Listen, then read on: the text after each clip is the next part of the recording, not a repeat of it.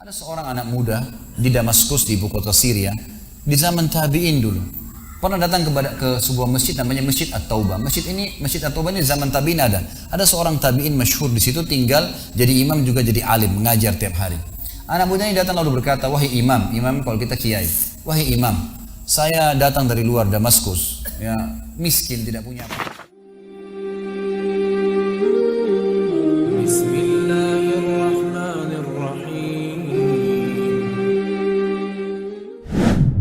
Kata ya syekh itu silahkan, nggak masalah. Tapi harus sabar, ya ikutin kehidupan saya. Apa yang saya makan kau makan, apa yang saya minum kau minum. Kata anak muda ini baiklah. Anak muda ini cerita, dia bilang setelah 3 bulan saya tinggal dengan syekh saya. Ternyata syekh saya ini orangnya sangat zuhud, luar biasa. Ada makanan makan, tidak ada makanan puasa. Dan hari ini sudah 3 hari kami puasa. Sahur dengan sebutir kurma segelas air, buka puasa juga begitu. Tapi ini sudah hari ketiga, syekh saya masih kuat, saya sudah tidak kuat lagi, dia bilang. Saking tidak kuatnya saya bungkukkan punggung saya, menekan perut saya supaya lapar saya hilang. Dalam keadaan begitu, syaitan datang menggacaukan pikiran saya sambil berkata, "Wahai anak muda," di benak saya terlintas, "sekarang sudah halal buat kau mencuri makanan. Kalau kau tidak curi makanan, kau mau makan dari mana? Akan mati kelaparan. Minta sama gurumu, gurumu nggak punya. Minta-minta sama orang, gurumu larang minta-minta sama orang.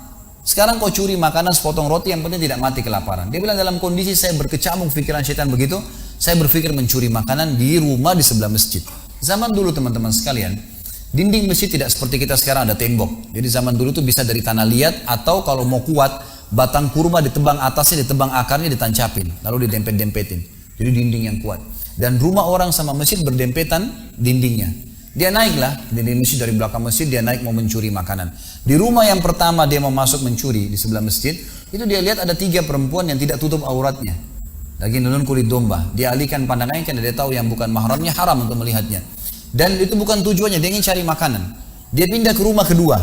Waktu dia pindah ke rumah kedua, dia lihat dari atas rumah karena pakai pelapa-pelapa kurma jadi kelihatan nggak ada orang tapi ada bau masakan. Karena laparnya dia turun ke dalam, dia masuk ke dapur, ditemukan ada panci yang lagi dipakai masak dengan kayu bakar. Di dalamnya ada, waktu dia buka, air yang sedang direbus 2 buah terong yang sudah matang.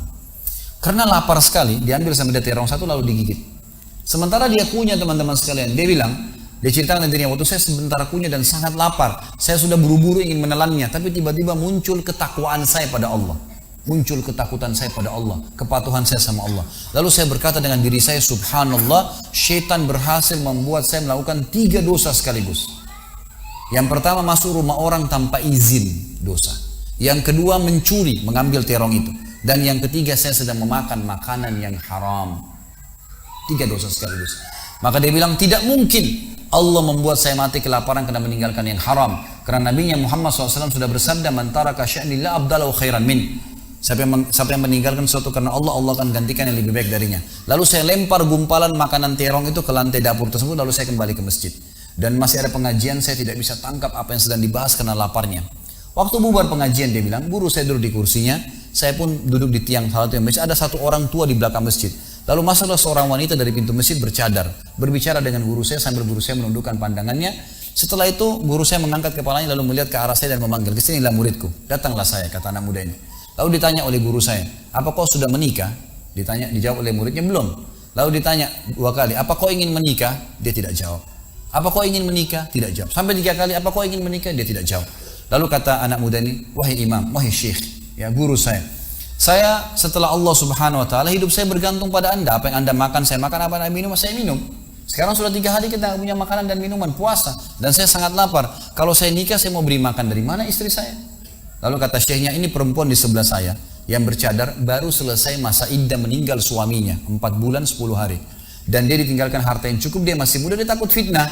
Dia ingin saya carikan jodoh, saya anggap kamu cocok. Kamu mau?" Dia bilang iya. Tanya perempuan, "Kamu mau?" Dia bilang iya. Syekhnya keluarin kendi dari kamar, dikasihkan jadi mahar, panggil walinya perempuan, panggil 2 saksi, kalimat akad, selesai. Hitungan menit nih. Lalu kata syekhnya, "Pulanglah ke rumah istrimu. Saatnya sekarang kamu pulang, udah. Nanti kalau mau sholat, mau ibadah, silakan datang ke masjid. Sudah nggak perlu lagi numpang di masjid gitu." Pulanglah dia sama istrinya. Dia ceritain, "Di mana saya jalan sama istri saya masih malu-malu, baru nikah. Dan ini kan memang hitungan menit nih. Ya, dia baru tadi kelaparan, tiba-tiba sekarang sudah nikah gitu." Dia bilang saya jalan, keluar dari masjid, lewat di rumah pertama yang dia tadi manjat mau mencuri, dilewatin sama istrinya. Begitu masuk, tiba di depan pintu rumah kedua yang dia manjat, gitu kan, istrinya berhenti. buka pintu rumah lalu berkata, masuklah suamiku, ini rumah kita. Rumah yang tadi dia mencuri nih. Maka dia pun bilang, saya masuk ke ruang tamu, saya melihat di atas, ini benar rumah tadi yang saya masuk mencuri. Istrinya bilang, wahai suamiku, tadi saya dengar Anda sudah 3 hari nggak makan. Mau makan? Dia bilang, iya. Istrinya masuk ke dapur, ditemukan apa? Panci terbuka, terong yang sudah digigit. Ini kisah nyatanya. Tiba-tiba perempuan ini bilang, siapa yang makan terong saya? Spontan, gitu. Teriak gitu kan. Pada saat dia teriak, maka si laki-laki ini mengucapkan kalimat begini. Ini dari saksi bahasan kita. Dia mengatakan, kesinilah istriku. Demi Allah begini ceritanya. Kronologisnya saya manjat, saya turun, saya lapar, saya makan. Dan demi Allah sebelum saya telan, karena saya takut sama Allah, saya lempar ke dapur, ke lantai dapurmu dan belum kering tuh. Gitu kan? Maka perempuan ini mengucapkan kalimat, saya berharap semua muslimah di belakang sana juga punya iman seperti ini.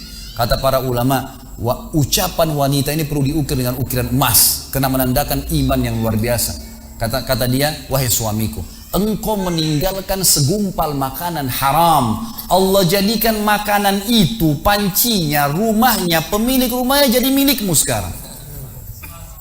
Allah bukan hanya hilangkan laparnya, makanannya dikasih, pancinya, rumahnya, pemilik rumahnya sekarang jadi milik dia. Orang yang bertakwa kepada Allah diberikan jalan keluar, teman-teman sekalian. Jadi bertakwalah sama Allah, hanya patuh dan tunduk kepadanya. Semua yang baik di mata Allah, semua yang buruk juga di mata Allah SWT. Dan jangan pedulikan urusan dunia ini, jalankan sesuai dengan apa yang Allah SWT inginkan. Allahu a'lam. Mungkin sampai sini dulu.